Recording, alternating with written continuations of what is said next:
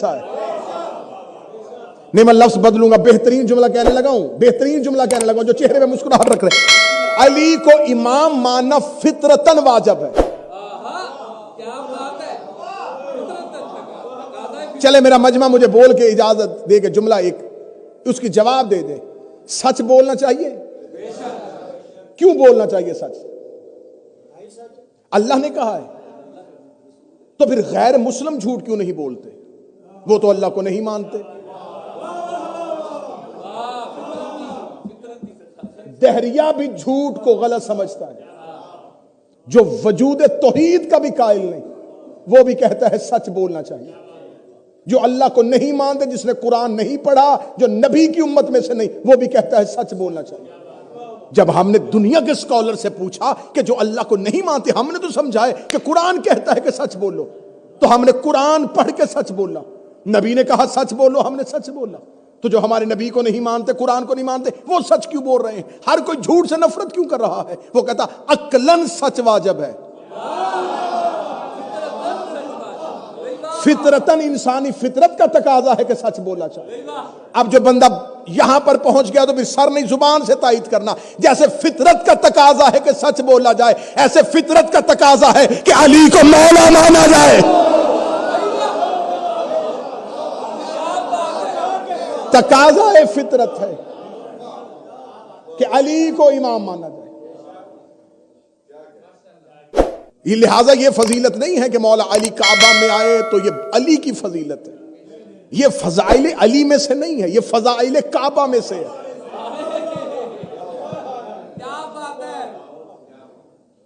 یہ تو علی کی ماں کی مہربانی ہے کہ وہ چل کے خانہ کعبہ کے قریب آ گئی. اب مجھے نہیں پتا اس جملے کے بعد کہاں کتنا سنا جائے گا. یہ تو اس کی مہربانی ہے جو چل کے کعبہ کے قریب آ گئی. وہ جہاں بھی جاتی اللہ کو اسی عمارت کو کعبہ بنانا پڑتا.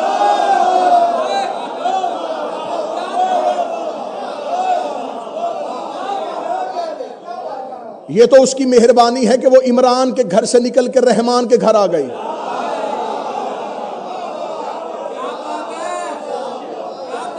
نہیں تو وہ جہاں جاتی وہ کعبہ بن جاتی. کعبہ بنا ہے امیر المومنین کے اترنے کی وجہ سے. ان اول بیت وضع للناس للذی ببکۃ مبارک وہدی للعالمین. خدا کہتا ہم نے پہلا گھر جو انسانیت کی ہدایت کے لیے بنایا وہ مکے والا ہے. خدا کہتا یہ مکے والا جو گھر ہے یہ ہدایت کرتا ہے. خدا نے قرآن میں کعبہ کو ہادی کہا ہے, اور خدا نے صرف کعبے کو ہادی نہیں کہا, خدا نے کہا قرآن ہدایت کرتا ہے, نبی ہدایت کرتا ہے, امام ہدایت کرتا ہے, کعبہ ہدایت کرتا ہے.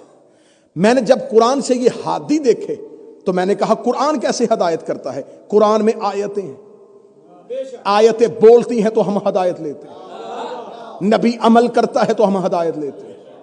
کعبہ بولتا نہیں. میں نے آیت پڑھی ہے, حضور آیت پڑھی ہے, خدا قرآن میں کہتا ہے کہ ہم نے کعبہ کو ہادی بنایا ہے. ہادی کا بولنا ضروری ہے. ہادی بولے گا نہیں تو ہدایت کیسے کرے گا؟ بند قرآن کوئی بندہ جا کے گھر کی الماری میں رکھ لے, قرآن بھی ہدایت نہیں کرے گا جب تک اسے کھولو گے نہیں, اس کو پڑھو گے نہیں, اس کے معنی کو سمجھو گے نہیں, اہل بیت سے اس کی تفسیر لوگے نہیں. قرآن بھی ہدایت نہیں کرتا. یہ دنیا کا تقاضا ہے کہ کبھی ہادی چپ نہیں رہ سکتا. خدا کہتا ہے کہ کعبہ کرتا ہے ہدایت. خانہ کعبہ کے قریب کھڑے ہو کے بندے جھوٹ بولتے ہیں, کعبہ چپ رہتا ہے.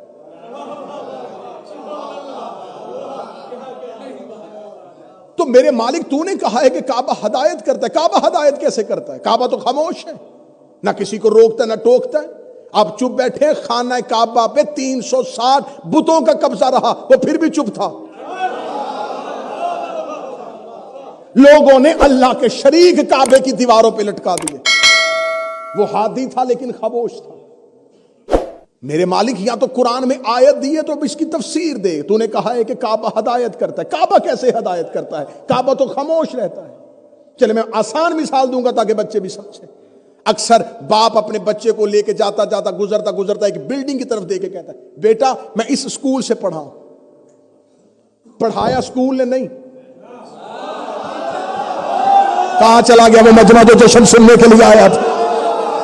پڑھایا سکول نے نہیں ہے. بچے کو باپ کہتا ہے کہ میں نے اس مسجد سے قرآن پڑھا تھا. بندے کسی مریض کو کہتے ہیں کہ مجھے اس ہاسپٹل سے شفا ملی تھی. نبض ہسپتال نہیں دیکھتے, اندر کوئی ڈاکٹر ہوتا ہے. قرآن حفظ مسجدیں نہیں کرواتی, اندر کوئی قاری ہوتا ہے. استاد ہوتا ہے تو سکول سے تعلیم ملتی ہے. اس کا مطلب سکول میں استاد ہوتا ہے, مسجد میں قاری ہوتا ہے, ہاسپٹل میں ڈاکٹر ہوتا ہے. آنکھیں کھول, کعبہ ہدایت نہیں کرتا, اندر کوئی ہادی ہوتا.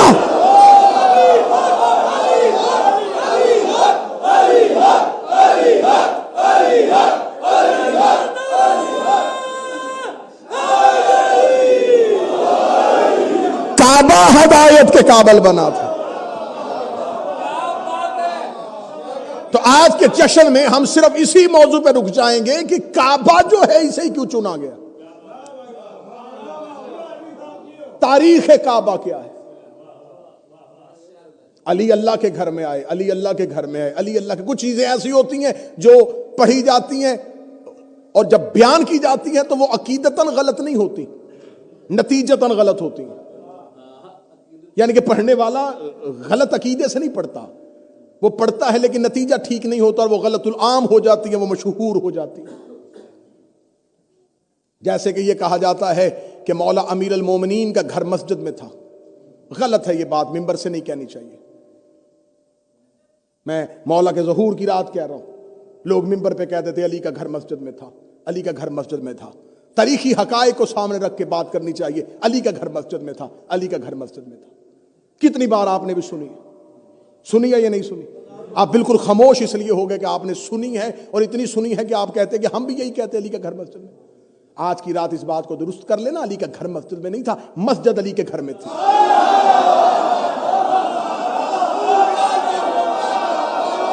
میں پوری ذمہ داری کے ساتھ یہ بات منبر پہ کر رہا ہوں, جشن کی شب کر رہا ہوں. کامران بھائی, علی کا گھر مسجد میں نہیں تھا, مسجد علی کے گھر کے اندر تھی. علی مسجد کے حجرے میں نہیں رہتے تھے, علی نے اپنا صحن اللہ کے گھر کو دیا ہوا تھا.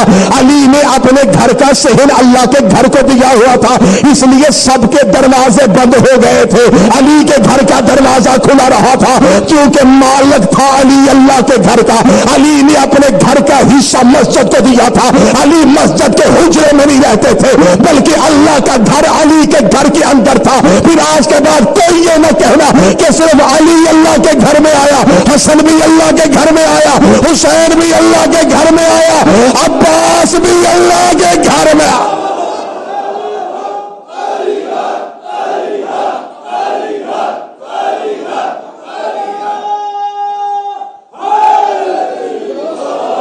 یہ سارے اللہ کے گھر میں آئے.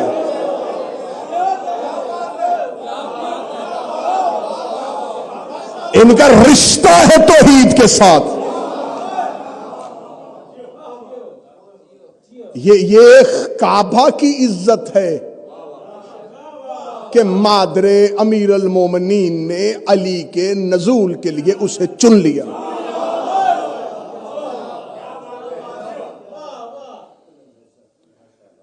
یہ کعبہ عربی زبان میں کہتے اونچی جگہ کو, اور یہ آج کی سائنس بھی مانتی ہے کہ یہ زمین کا سینٹر ہے, مرکز ہے زمین کا. جب خدا نے زمین کو خلق کیا تو زمین کا جو مرکز, جہاں سے زمین بننی شروع ہوئی, جہاں سے زمین نے پھیلنا شروع کیا, جو مرکز تھا وہ یہی جگہ ہے جسے ام القریٰ بھی کہتے ہیں.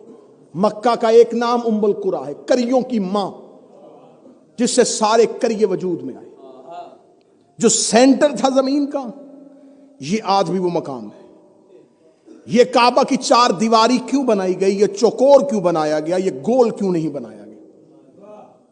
اور یہ بات ذہن میں رکھیے گا, حضرت ابراہیم نے خانہ کعبہ بنایا نہیں, حضرت ابراہیم نے کعبہ کی دیواروں کو اٹھایا. خدا نے قرآن میں کہا, اے ابراہیم تو میرے گھر کی دیواروں کو اٹھا. دیوار پہلے سے موجود تھی. جب حضرت آدم کو پہلی بار زمین پہ اتارا گیا تھا تو حضرت آدم جب پہلی دفعہ زمین پہ آئے تو جناب حوا کو جو اتارا گیا وہ اسی مکہ کے قریب اتارا گیا، جدہ۔ جدہ عربی زبان میں کہتے ہیں دادی کو۔ حوا کے اترنے کی وجہ سے وہ شہر آج بھی جدہ ہے۔ جب جناب آدم زمین پہ اترے تو خدا نے حضرت آدم کو اس جگہ پہ جا کے ایک خیمہ نصب کرنے کا حکم دیا۔ حضرت آدم نے اس جگہ پہ جا کے ایک خیمہ نصب کیا۔ حضرت آدم کے بعد حضرت نوح زمین پہ اترے۔ نوح نے تبلیغ کرنی شروع کی۔ نوح نے آخر خدا سے عذاب مانگ لیا، پانی پوری دنیا میں گیا، اس خیمے کے قریب آ کے طواف کر کے گزر جاتا تھا۔ نبی اترتے رہے اور یہ مقام تھا۔ آپ شیعہ مذہب کی کوئی معتبر کتاب اٹھا کے دیکھیں، یہ خانہ کعبہ اصل میں شبیہ ہے بیت المعمور کی۔ بیت المعمور ہے آسمان پہ ایک چوکور جگہ جو فرشتوں کا کعبہ ہے۔ یہ بالکل اس کے نیچے زمین پہ جہاں بیت المعمور ہے اس کے بالکل نیچے یہ کعبہ ہے۔ یہ خانہ کعبہ ہے زمین پہ، اسے کہتے ہیں بیت اللہ، اللہ کا گھر۔ اور اسے بیت کہتے ہیں۔ عربی زبان میں مکان کے لیے مختلف الفاظ استعمال ہوئے۔ جہاں کبھی کوئی مکان جس نے بنایا ہو اور وہ کبھی نہ رہا ہو اسے دار کہتے ہیں عربی زبان میں۔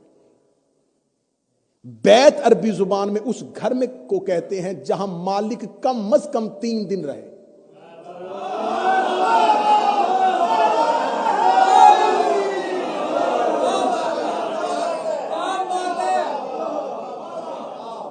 عربی زبان میں خالی مکان کو جہاں مالک کوئی گھر بنائے، کوئی کنسٹرکشن ہو اور وہ وہاں نہ رہے اور وہ خالی رہے اسے دار کہتے ہیں۔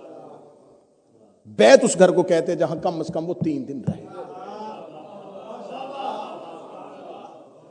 میں تاریخ کعبہ پڑھوں گا اور یہیں پہ جشن تمام ہو جائے تاکہ پتہ تو چلے کہ علی کی ماں نے اسے ہی منتخب کیوں کیا۔ جس وقت امیر المومنین کو یہاں پر اتارا گیا اس وقت مسلمانوں کا قبلہ اول تو یہ نہیں تھا۔ مسلمان تو بیت المقدس کی طرف، رسول بیت المقدس کی طرف منہ کرتے تھے۔ اس کے اوپر بتوں کا قبضہ تھا، اور یہ بات بھی ذہن میں رکھیے، خانہ کعبہ کے اندر بت نہیں تھے، دیواروں پر بت تھے۔ اب یہ ہے بیت المعمور کی شبیہ۔ عرش پہ چوتھے آسمان پر بیت المعمور ہے، کیونکہ جتنی بھی آسمان پہ رہنے والے ملائکہ ہیں ان کو اپنی عبادت کرنے کے لیے کوئی رخ چاہیے۔ میں اور آپ دن میں 5 دفعہ پڑھتے ہیں، وہ ہر وقت پڑھتے ہیں۔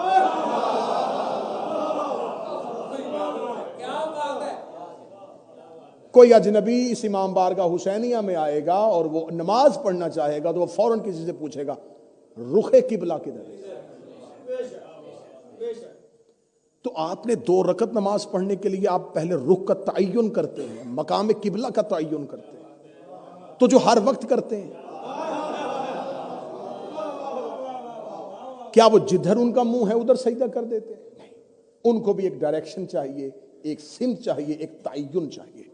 تو خدا نے ان کے لیے چوتھے آسمان پر ایک حصہ مقرر کیا ہوا ہے جس کو چاروں طرف سے ملائکہ نے گھیرا ہوا ہے، اور جتنے بھی وہ مخلوقات جو سماوی ہیں جو آسمانوں پہ رہتی ہیں، کیونکہ صرف ملائکہ نہیں رہتے، بہت سی مخلوقات ہیں جو آسمان پہ رہتی ہیں، جیسے زمین پہ صرف انسان نہیں رہتے، اس طرح آسمان پر بھی بہت سی مخلوقات رہتی ہیں۔ جیسا کہ آپ حدیث قصہ میں پڑھتے ہیں جب خدا نے کہا یا ملائکاتی و یا سکان السماواتی، میں نے بڑا آسان لفظ کہا جو آپ کو دینا، اے میرے فرشتوں اور اے آسمان پہ رہنے والوں۔ اگر صرف فرشتے رہتے تھے تو یا سکان السماواتی کس کو کہا؟ یا ملائکتی و یسکان سماواتی انی ما خلقت سماء مبنیہ. جب خدا نے ملائکہ کی محفل میں پنجتن کا قصیدہ پڑھا تو خدا نے صرف ملائکہ کو منتخب نہیں کیا، خدا نے وہاں متوجہ کیا سکان سماواتی، اے آسمان پہ رہنے والے، وہ تمام مخلوقات جو آسمان پہ رہتی ہیں. ایک لفظ استعمال کر دیتا ہوں جو اقبال نے اپنے شعر میں بھی استعمال کیا تھا، کروبی. ورنہ اطاعت کے لیے کچھ کم نہ تھے کروبیاں، درد دل کے واسطے پیدا کیا انسان کو، ورنہ اطاعت کے لیے کچھ کم نہ تھے کروبیاں. کروبی جو ہے یہ آسمان پہ رہنے والی ایک مخلوق ہے، یہ ملائکہ میں سے نہیں لیکن ملائکہ کی طرح معصوم ہے. میں نے کہا تھا کہ میں منفرد نوعیت کا جشن آپ کے سامنے. یہ کروبیاں جو ہیں یہ ملائکہ نہیں ہیں، یہ کروبی یہ عبادت پروردگار کرتے ہیں، معصوم بھی ہیں ملائکہ کی طرح. یہ نہ انسانوں میں سے ہے نہ فرشتوں میں سے، یہ فرشتے بھی نہیں ہیں بشر بھی نہیں ہیں، رہتے آسمان پہ، کرتے یہ بھی صرف عبادت ہے. معصوم نے چھٹے امام نے فرمایا بہار الانوار کا حوالہ، معصوم فرماتے یہ اتنے خوبصورت ہیں اگر ان میں سے ایک کروبی عرش سے اپنے چہرے سے نقاب ہٹا کے زمین پہ دیکھے، زمین پہ رہنے والے اسے حسن کی تاب نہ لاتے ہوئے مر جائیں. بہار الانوار کا حوالہ دے دیا. سائل نے پوچھا مولا یہ کروبی کون ہے؟ فرمایا عرش پہ رہنے والے ہمارے شیعہ.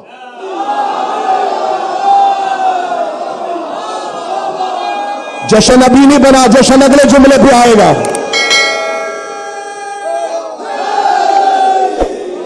جشن اس سے اگلے جملے پہ آئے گا. مولا نے فرمایا یہ عرش پہ رہنے والی وہ ہماری مخلوقات ہے جیسے فرش میں ہم نے اپنے انسانوں میں سے شیعوں کو چن رکھا ہے، ویسے عرش پہ رہتے ہوئے ہم نے جن مخصوص کو چن رکھا ہے انہیں کروبیاں کہتے ہیں. یہ عبادت پروردگار میں دو ہی تسبیحاں کرتے ہیں، یا ہم پہ درود پڑھتے ہیں یا ہمارے دشمنوں پہ لعنت کرتے ہیں. مولا نے فرمایا یہ عرش پہ رہتے ہیں.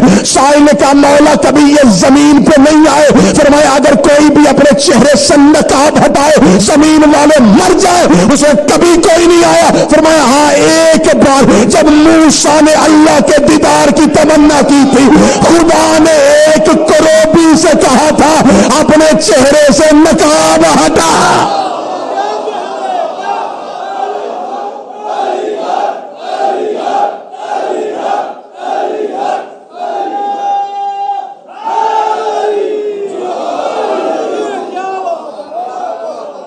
یہ وہ ہیں جن کو اللہ نے ہماری ولایت اور مودت کے نور سے ہمیشہ کے لیے منور کیا.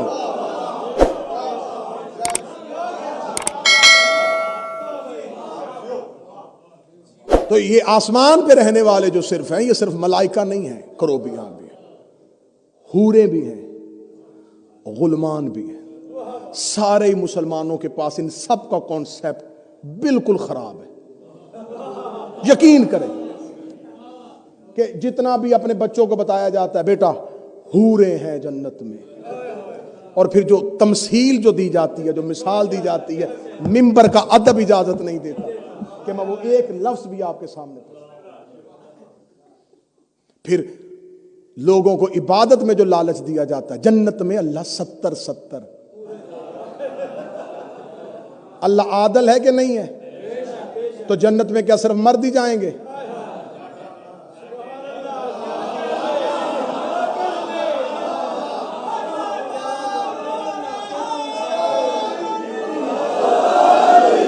ہاں بولے.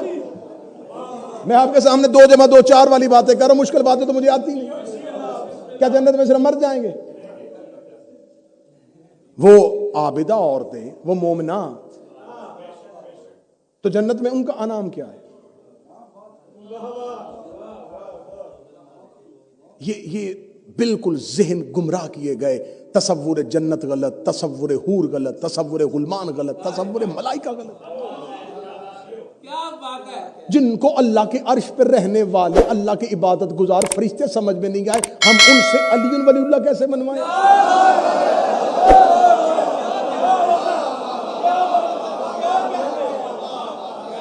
ہم ان سے علی منوائیں. یہ آسمان پہ رہنے والی شہزادی کے القابات میں سے ایک لقب ہے میری شہزادی کا، میری معصومہ کا، حورن سیاہ، حور العین سیاہ بی بی کا القابات میں سے ایک لقب ہے انسانی شکل میں حور، یہ لقب ہے شہزادی کا، انسانی شکل میں حور۔ اب جس کے ذہن میں تصور حور یہ ہے، وہ جب بھی اس لقب کو سوچے گا توہین ذہن میں آ جائے گی۔ شہزادی کے القابات میں سے جب معصوم سے پوچھا گیا کہ مولا شہزادی کا ایک لقب ہے انسانی شکل میں حور، تو مولا بتائیں اس لقب کی توجیہ، اس لقب کی وجہ کیا ہے؟ مولا فرمایا تمہارے نزدیک حور کا تصور کیا ہے؟ فرمایا عرش پہ رہنے والی کچھ مستور نما ایسی اللہ کی پاکیزہ عورتیں۔ فرمایا نہیں۔ تو مولا جو خدا قرآن میں کہہ رہا ہے کہ میں تمہیں حوروں سے نوازوں گا، فرمایا حور ہے اس انسان کے زندگی میں وہ اعمال جو کمال کی منزل پہ پہنچ کے مجسم صورت بن کے اس کے سامنے کھڑے ہوئے۔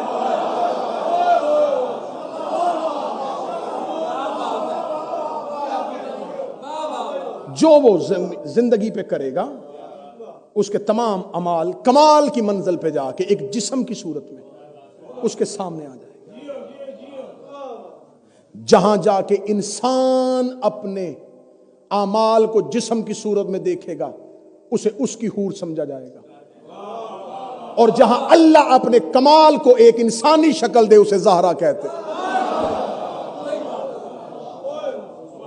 سیدہ اللہ کا کمال ہے۔ تو اب یہ عرش پہ رہنے والی جتنی بھی مخلوقات ہیں، جتنے ملائکہ ہیں، انہیں بھی اپنی عبادت کے لیے کسی ایک ڈائریکشن، کسی ایک سمت، کسی ایک تعین کی ضرورت تھی۔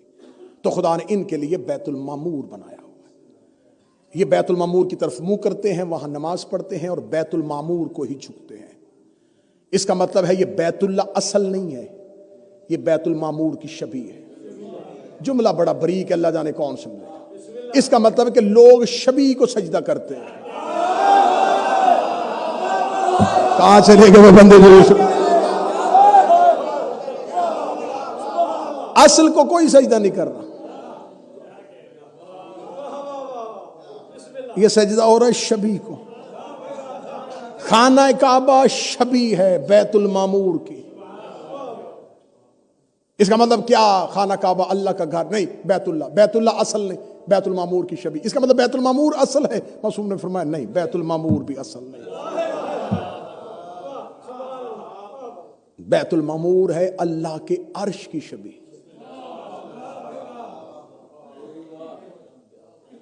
جسے تم کرسی سمجھتے ہو وہ بیٹھنے والی کرسی نہیں ہے، جسے تم عرش سمجھتے ہو یہ آسمان نہیں ہے۔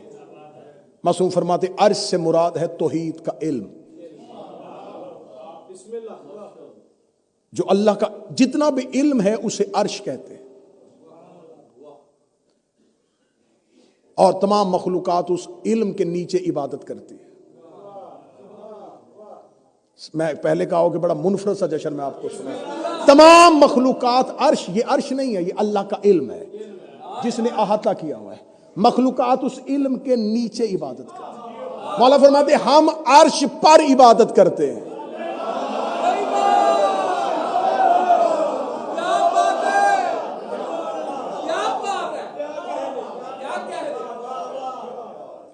مولا یہ کرسی کیا ہے؟ فرمایا یہ اللہ کا وہ مخصوص علم ہے جو صرف اللہ کے لیے ہے۔ اب یہ لفظ ذہن میں رکھ کے آیت الکرسی پڑھنا تو سمجھ میں آئے گا کہ اللہ کا وہ مخصوص علم جو صرف اسے اللہ بنائے ہوئے ہے، وہ اسے وہ کرسی کہتا ہے۔ جس علم کو وہ پھیلا دیتا ہے اسے وہ عرش کہتا ہے۔ یہ بیت المعمور، اس پہ ملائکہ عرش کے نیچے اس کی طرف سجدہ کرتے ہیں، اور اس کے اوپر ہے عرش الہی۔ بیت المعمور عرش الہی کے بالکل نیچے ہے، بیت اللہ بیت المعمور کے نیچے ہے۔ اس کا مطلب ہے کہ اگر بیت اللہ کے اندر کھڑے ہو کے دیکھا جائے تو بالکل اس کے اوپر بیت المعمور اور اس کے اوپر عرش الہی۔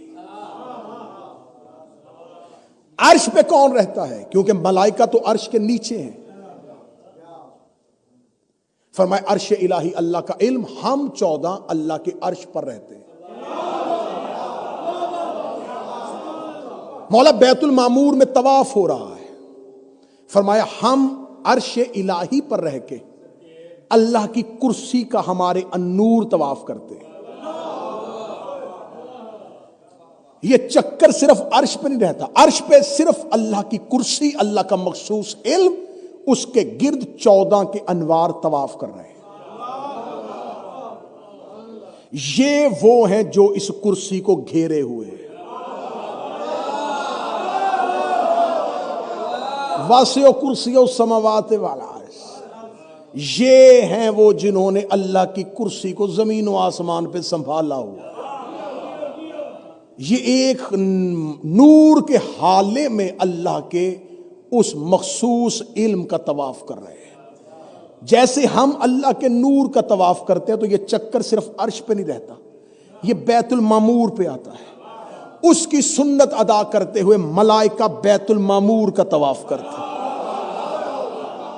نہ خطرناک جملے آنے لگے، لیکن جشن آپ کو اگلے سال تک نشے میں رکھے گا۔ عرش الہی پہ ہم 14 اللہ کے اسم، اللہ کی کرسی کا طواف کرتے ہیں۔ بیت المعمور میں ملائکہ اس گھر کا طواف کرتے ہیں۔ اللہ عرش سے وہ چوتھے آسمان پہ نہیں آتا، وہ بیت المعمور کے اندر نہیں آتا، کیونکہ وہ ادھر سے ادھر آ جائے تو ادھر کون نہ رہے، اور ادھر وہ طواف رک جائے کیونکہ جس کا تھا وہ چلا گیا۔ تو مولا پھر بیت المعمور میں کون ہے؟ فرمایا بیت المعمور میں ہم رہتے ہیں۔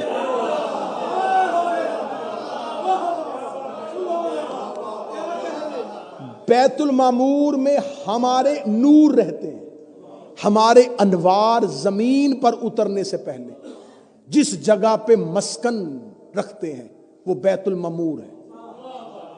ہم تمہارے زمین کے اس گولے پہ اترنے سے پہلے جہاں رہتے ہیں وہ بیت المعمور ہے۔ ہم بیت المعمور پہ اترتے ہیں، ملائکہ اس بیت المعمور کا طواف کر رہے ہیں۔ جتنے ملائکہ ہیں ان کے اسم کے آخر میں ایل آئے گا، جبرا، اسرا، ازرا، میکا، جتنے ملائکہ ہیں ایل سے باہر نہیں۔ عربی زبان زمین کی ہے، عبرانی زمین کی ہے۔ توریت اللہ کے آسمانی صحیفوں کا پہلا صحیفہ ہے۔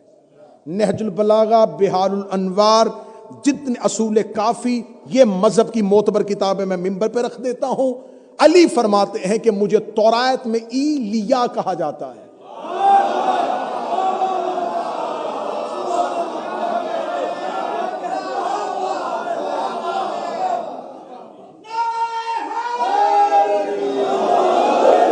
ایلیا کو اگر چھوٹا کیا جائے تو ایل بنتا ہے۔ اس ایل سے جتنے بھی عزت پائیں، پھر کوئی جبرا، ایل ہے علی کے نام کو مختصر کرنا۔ اب سمجھ میں آئی کہ جبریل علی کو استاد کیوں کہتا ہے۔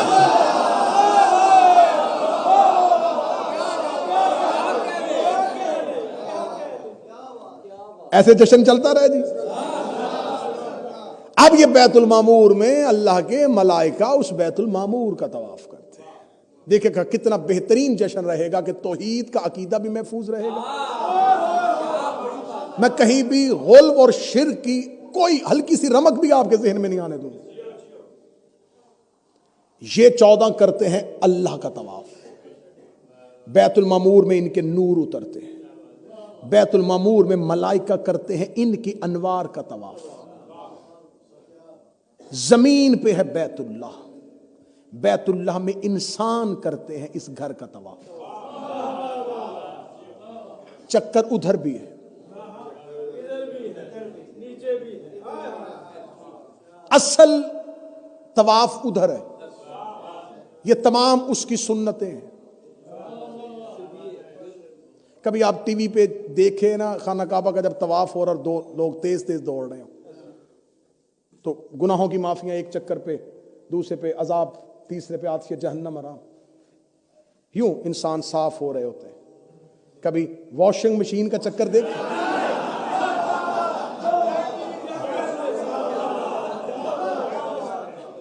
استاد قمر جلال بھی نے کہا تھا مسلمانوں پہ حج فرض عیاں ہے، پنہا نہیں، عیاں. مسلمانوں پہ حج